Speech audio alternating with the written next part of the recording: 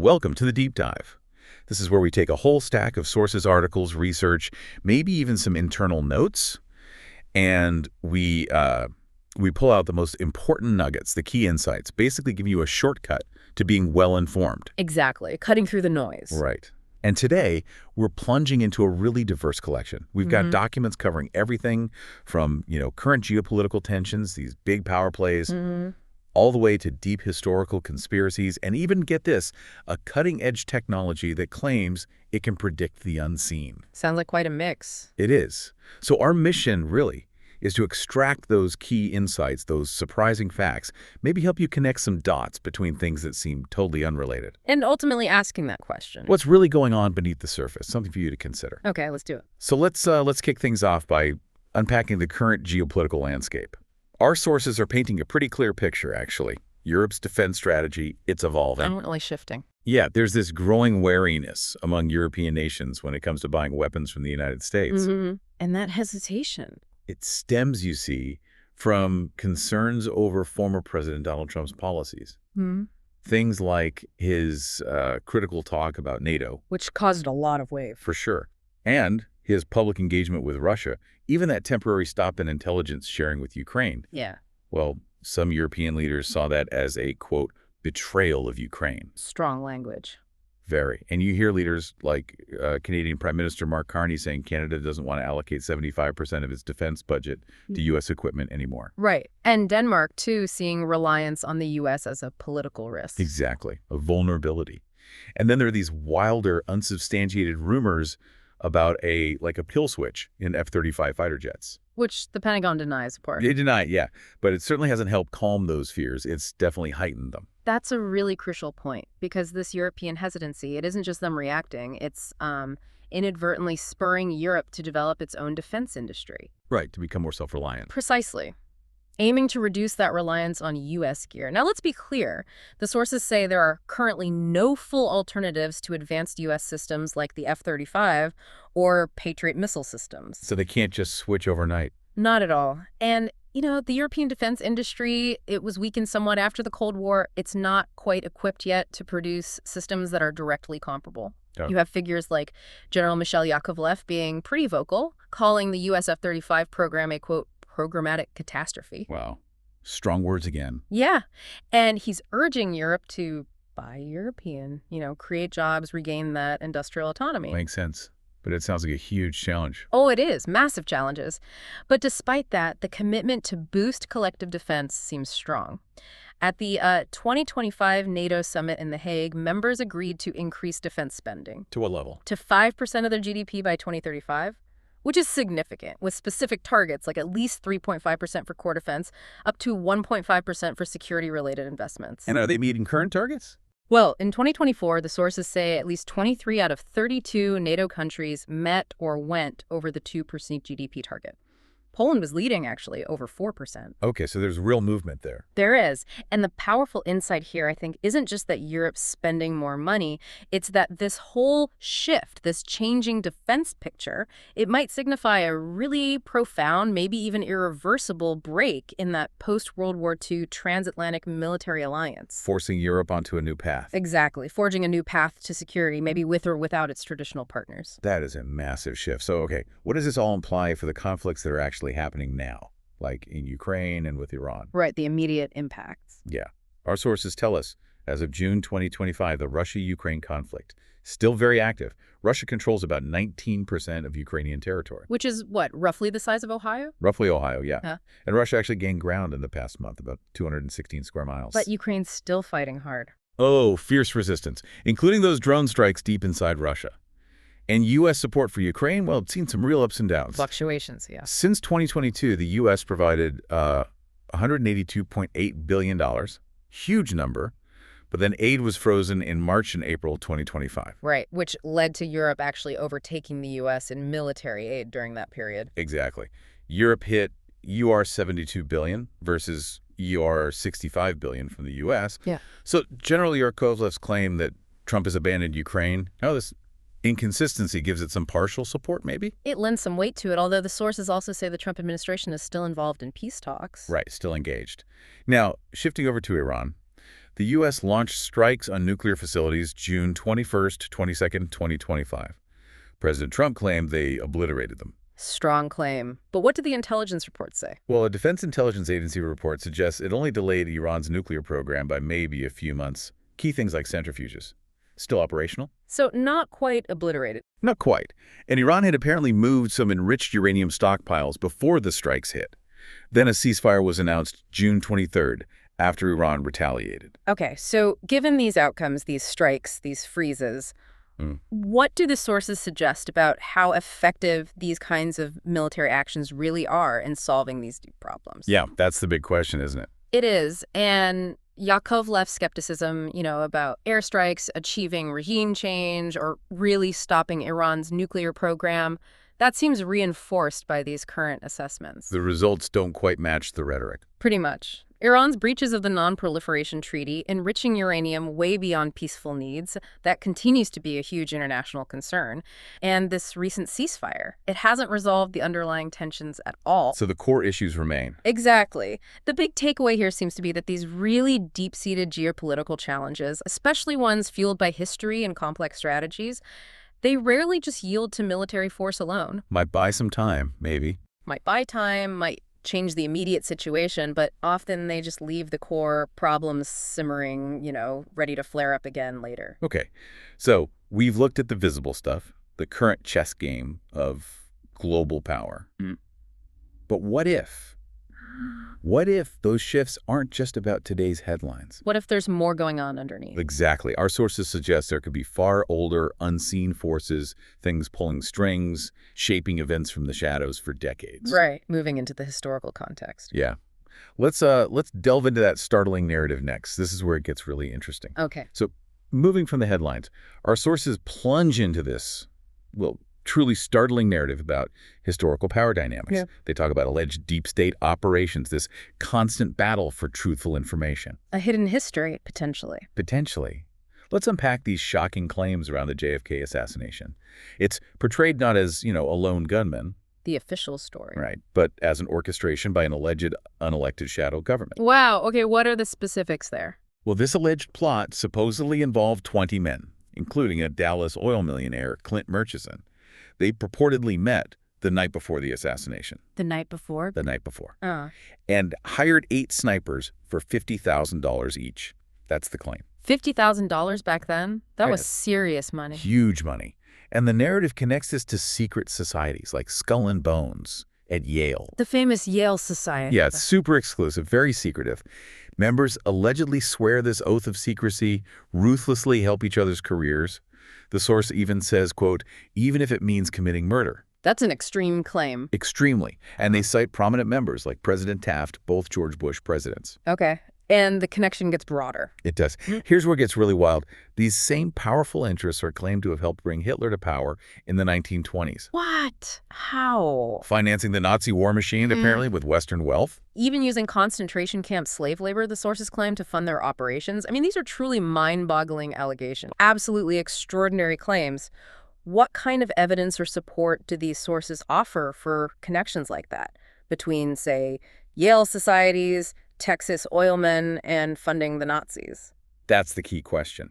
According to these sources, the narrative suggests JFK had basically alienated, almost everyone powerful and corrupt. Quote, every single dirty hood, every corrupt politician, and every single Nazi businessman in the country. So he made powerful enemies. Powerful enemies, including big oil guys like Clint Murchison and Harrelson Lafayette Hunt. They allegedly feared Kennedy would end their crucial oil depletion allowance, their tax break. The money trail. Exactly. And then he'd pull out of Vietnam, which would cost the military-industrial complex billions. Okay, so motive is established there, according to the source. Right. Even J. Edgar Hoover, head of the FBI, supposedly feared Kennedy would replace him. And he'd apparently invested millions in Murchison's oil business. So personal and financial stakes intertwined. Deeply. The sources name plotters like Alan Dulles, David Atlee Phillips, and crucially in the execution phase, George Bush. They allegedly used groups like the 488th Military Intelligence Detachment. And who was in that group? Well, allegedly, members of the John Birch Society, that's a far-right anti-communist group, and even the Ku Klux Klan, highlighting these extreme ideological connections supposedly used to control the crime scene. That paints a very dark picture of the forces allegedly involved. It does, and they cite evidence like a declassified FBI memo supposedly revealing George H.W. Bush was working for the CIA back in 1963. Before he was publicly known to be. That's the claim. Yeah. And an address card found in the wallet of an associate, George DeMorenchild, who was murdered, allegedly led directly to, quote, George Poppy Bush, his CIA codename Zapata Petroleum, Midland, Texas. That's incredibly specific. It is. It's this complex web of alleged connections that these sources are weaving together, trying to show this long-standing, powerful, hidden network. Fascinating and deeply disturbing, if true. So these claims of hidden power structures, they don't stop there. They extend deep into how the CIA itself operates, according to another source we looked at. Okay, broadening out to the agency itself. Yeah. From its beginnings in the OSS during World War II, the CIA allegedly set up global front organizations. It even, supposedly, collaborated with figures from the Corsican Mafia. The Mafia, why? To break strikes in post-war France. Funds reportedly came from someone named Irving Brown. The goal was apparently to shove aside left-wing forces in Europe. So direct political intervention from the start. That's the assertion. And supporting, quote, every half-assed dictator, military junta oligarchy in the Third World, as long as they kept things stable for U.S. corporate interests. Maintaining the status quo. Right. They even allegedly helped multinationals like Creole Petroleum, an Exxon subsidiary, by vetting potential employees for any left-wing sympathies. Wow, acting like a corporate security force. Essentially. And these sources claim the U.S. basically drove Fidel Castro into the arms of the Russian bear, partly because he feared assassination. Assassination plots. Yeah, they detail alleged plots, like a CIA officer in Paris giving a Cuban agent a hypodermic syringe with poison. Seriously? Did they admit to that? Well, when asked if it was an assassination plot, former CIA Director Richard Helms reportedly said, if that is your definition of an assassination plot, then have it that way. That's quite a non-denial denial. Isn't it? And the death of Patrice Lumumba in the Congo is mentioned too.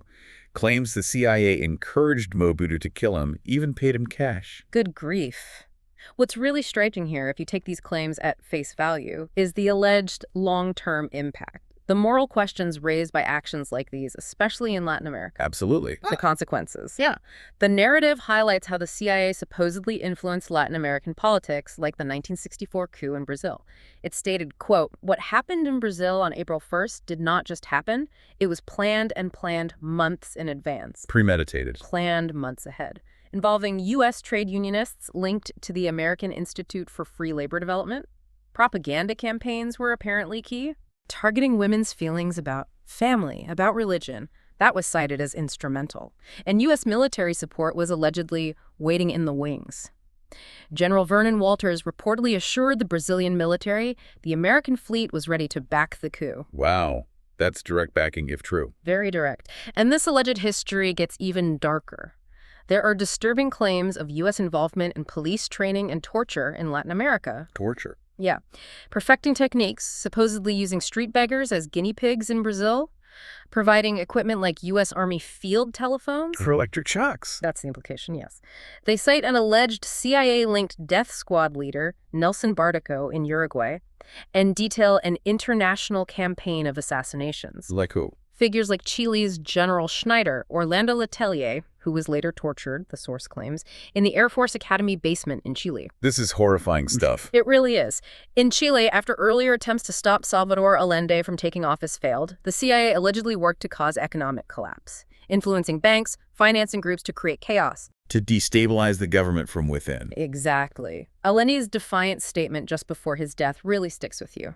It is only by riddling me with bullets that they can stop me from my determination. It underscores the sheer gravity of these alleged interventions. It paints a picture of, well, a very aggressive, covert foreign policy over decades. If these sources are accurate, yes, a consistent pattern. So given this alleged history, all these covert operations, these interventions, maybe it's not surprising that the struggle for information, for a free internet, becomes so central in some of our other sources. Right.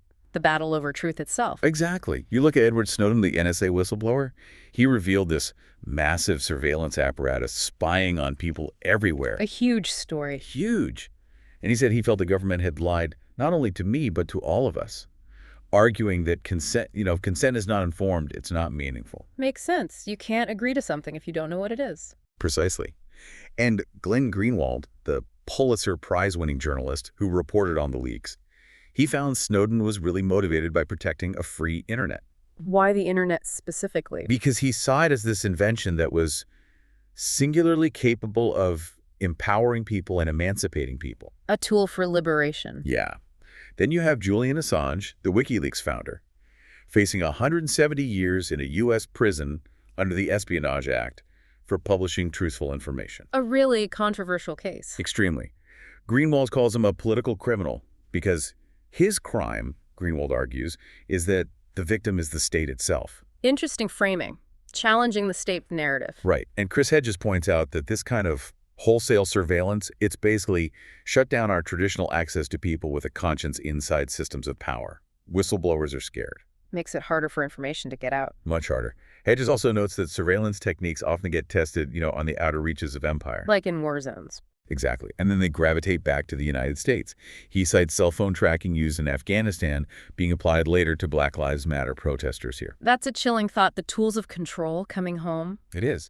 And one source even claims the CIA launched something called Operation Mockingbird, specifically to control public opinion, buying up media outlets. To control the narrative. To the point where this source alleges, quote, everyone of any significance in the media is CIA, which sounds hyperbolic, but it points to a deep distrust.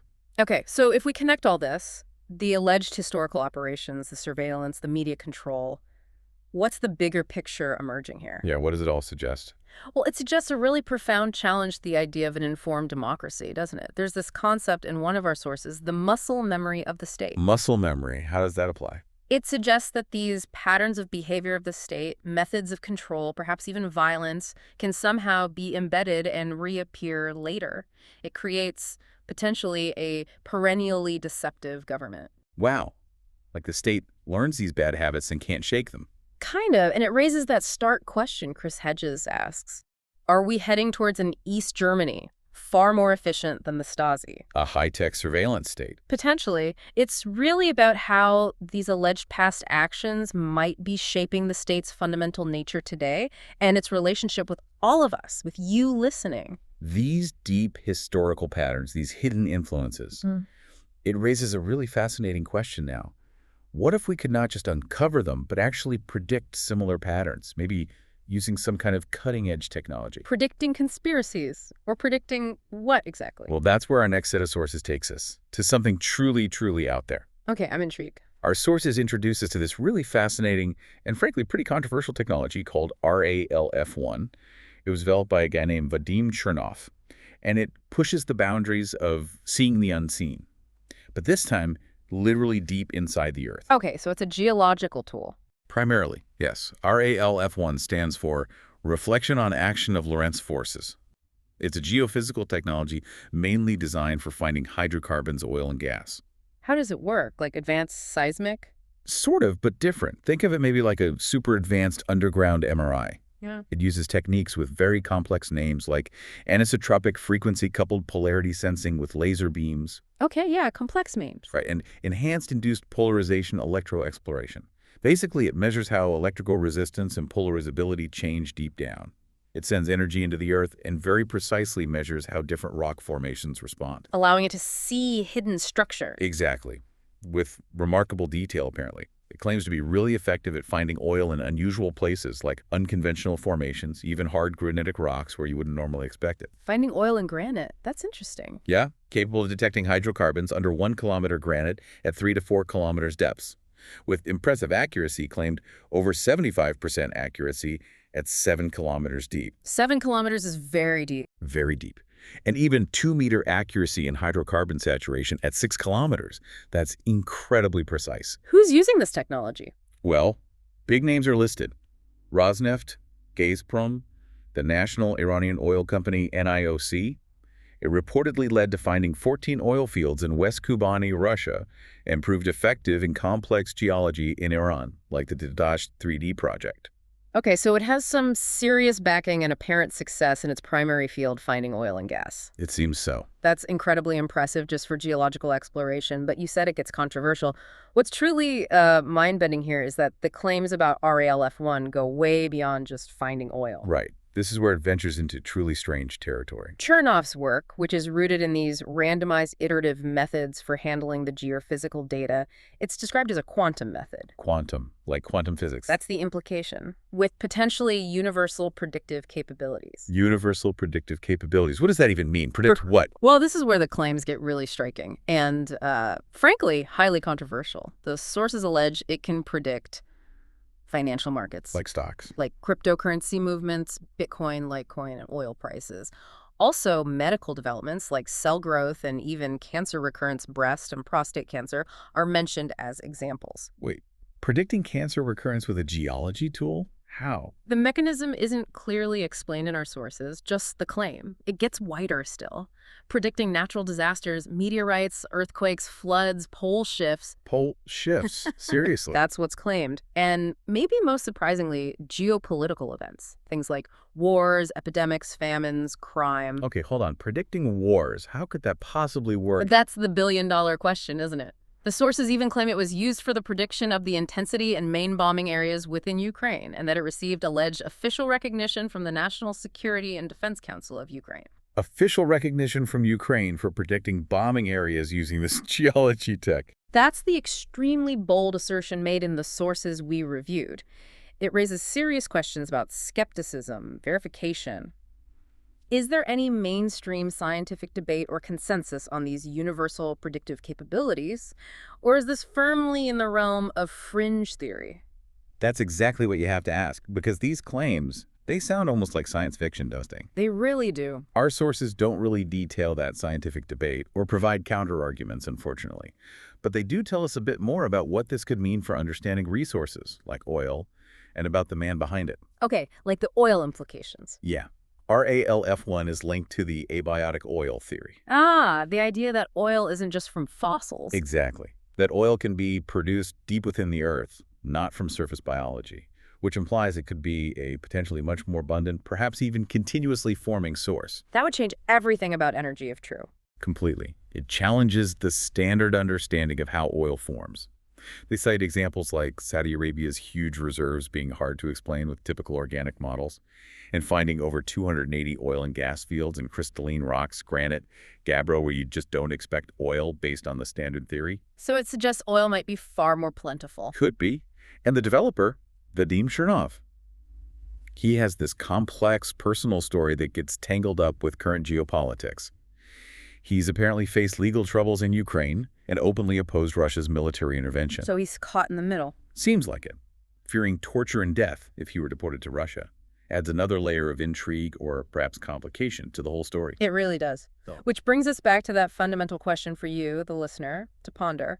Can a technology designed to map hidden rocks truly reveal hidden patterns in everything else, human behavior, markets, biology, disasters, on such a huge predictive scale? It seems like a massive leap. It's a huge leap. The sources make these quite bold parallels to quantum physics, suggesting RALF1 acts like a kind of mathematical observer that spots deep structures, these local anomalies, without interacting directly with them. Like it sees underlying patterns everywhere. That's the idea presented. It's a fascinating concept to consider, and the implications. Well, if even a tiny fraction of those predictive claims turned out to be real, it would be utterly revolutionary. Game-changing. Absolutely. So from those shifting sands of global defense, Europe forging its own path, through that grim alleged history of deep state operations and the fight for information. The hidden hands, yeah. All the way to these incredibly ambitious claims of a technology that supposedly predicts everything from oil fields to wars. Well, this deep dive has certainly presented a compelling picture of forces, both seen and unseen, shaping our world. It really has covered a lot of ground, from the very overt to the deeply covert, or maybe even the speculative. And if we try to connect it all, that bigger picture, it leaves us with a truly provocative thought, doesn't it? I think so. As we get more powerful tools, whether they're geopolitical analysis, historical investigation, or even these advanced technologies like RLF1 tools to understand complex systems, both the natural world and human society, Yeah. how much more are we really capable of seeing? And maybe more importantly, what immense responsibilities come with that potentially enhanced vision? What do we do with that knowledge? That's a heavy question. What do you do when you can potentially see the strings being pulled or even predict the future? Exactly. What obligations does that place on us? A lot to think about there. Yeah. So, for you listening, what stands out to you from this deep dive? What connections did you make?